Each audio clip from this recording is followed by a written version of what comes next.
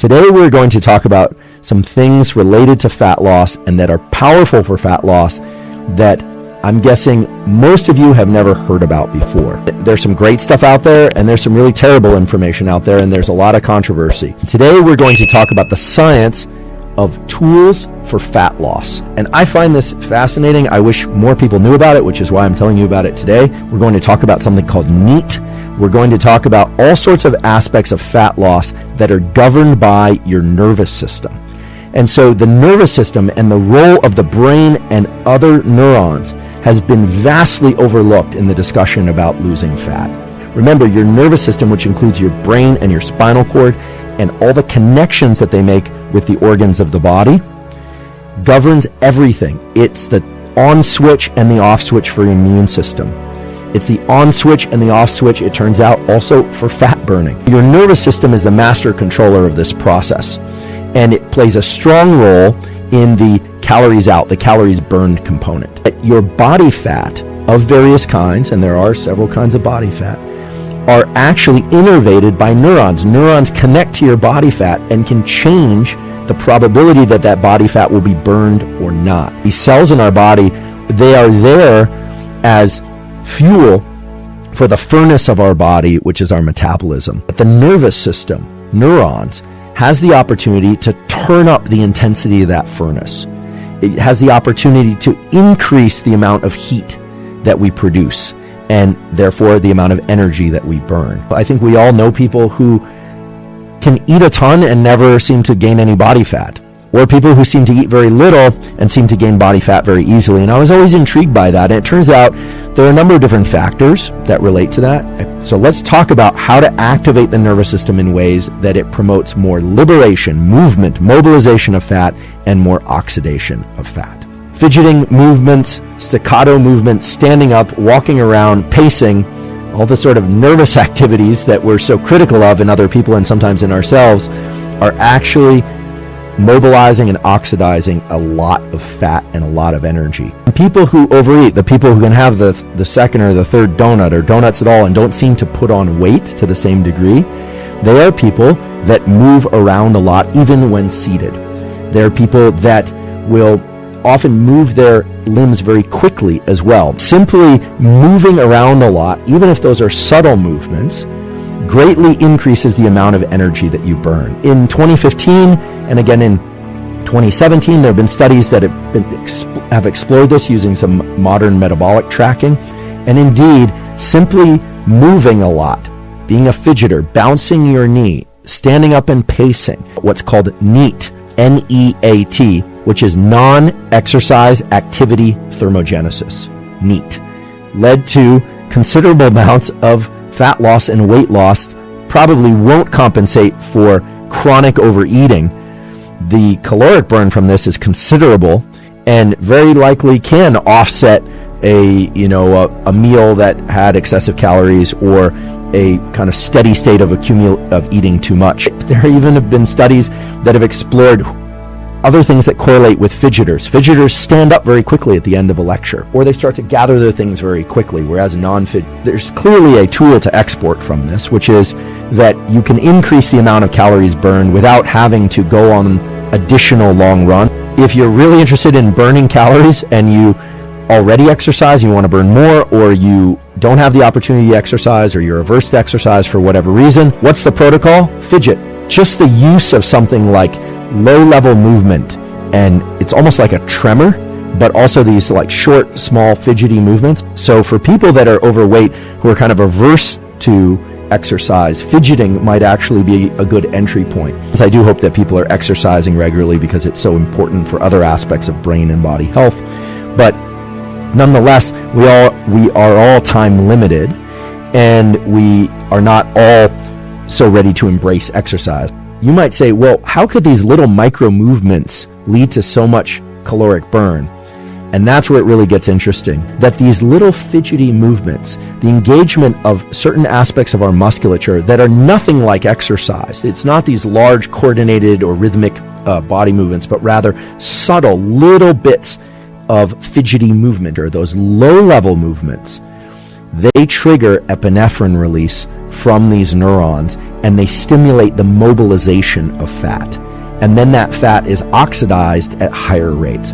This has nothing to do with exercise in the traditional form, and yet 800 to 2,500 calories per day, that's a considerable amount of fat oxidized. Now it should make sense why shivering is one of the strongest stimuli that one can incorporate to stimulate fat loss. So in recent years, there's been a growing interest in the use of cold for various things like improving stress tolerance, improving metabolism, recovery from exercise. Cold exposure does several things. Making ourselves cold can allow us to build up mental resilience. Cold causes the release of adrenaline from your adrenals, and it causes the release of epinephrine from these neurons that connect to fat. And there are several ways that you can use shivering, you can leverage shivering, and you can leverage cold to accelerate fat loss.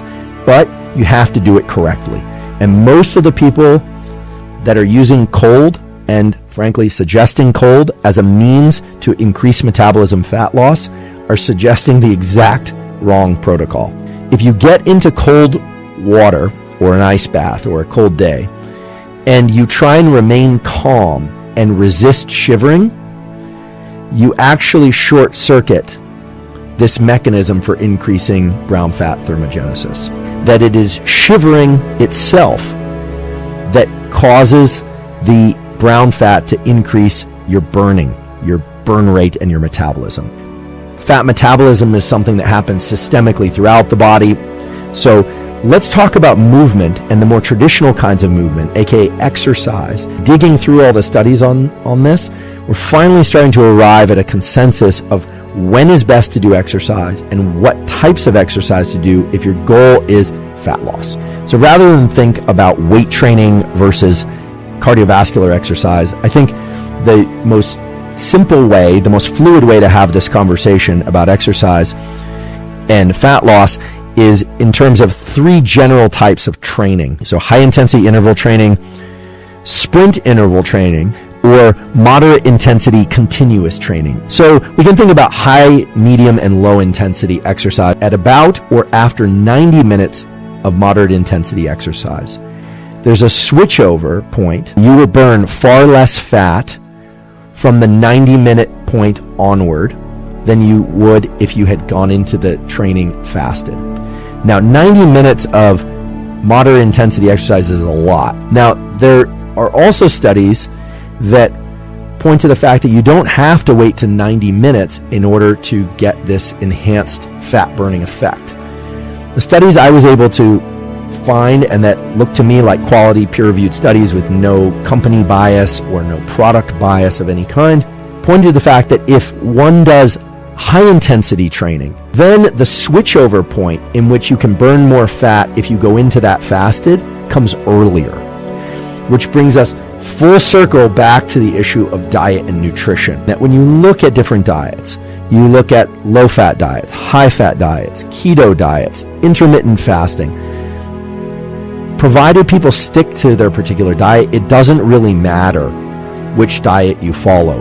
Adherence, however, is always an issue. If you can't stick with something, then it's not very worthwhile. Belief effects, just thinking, can impact the effects of things like exercise on weight loss. These are just incredible results. So this is remarkable, and it speaks to the power of the nervous system and the power of belief in governing aspects of our body and our physiology that one would otherwise think were outside our conscious control. How many calories you ingest versus how many calories you burn is the fundamental and most important formula in this business of fat loss and weight management in general. There's simply no way around the fact that if you ingest far more calories than you burn, you're likely to gain weight. But the calories burned portion is strongly influenced by a number of things that you can control.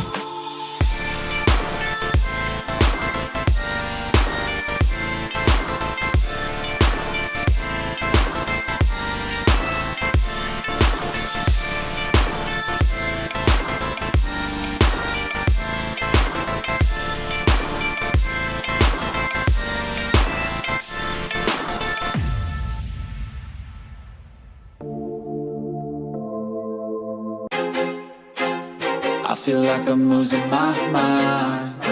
Is everybody in the world blind? Please, Lord, give me a sign, a sign. I feel like I'm losing my mind. Is everybody in the world blind? Please, Lord, give me a sign, a sign. I wanna be the greatest. Everybody on the fake shit. I look around and feel like everybody is the fakest. I make this every day and I'm impatient, hoping one day I blow up from the basement. Statement, the top is so vacant. I don't hear shit that I think is amazing. Waiting for my day when I'm playing sold out shows for 1,000 faces. Hey, give me that crown, get in my way and to be put down. It ain't your place, no, this my town. If I want that shit, then I'll get it right now. I'm losing it, the noose it fits, some loose shit, a stupid myth. You choose to live or choose to dip, you choose to fight or lose your grip and lose a gift. I feel like I'm losing my mind. Is everybody in the world blind?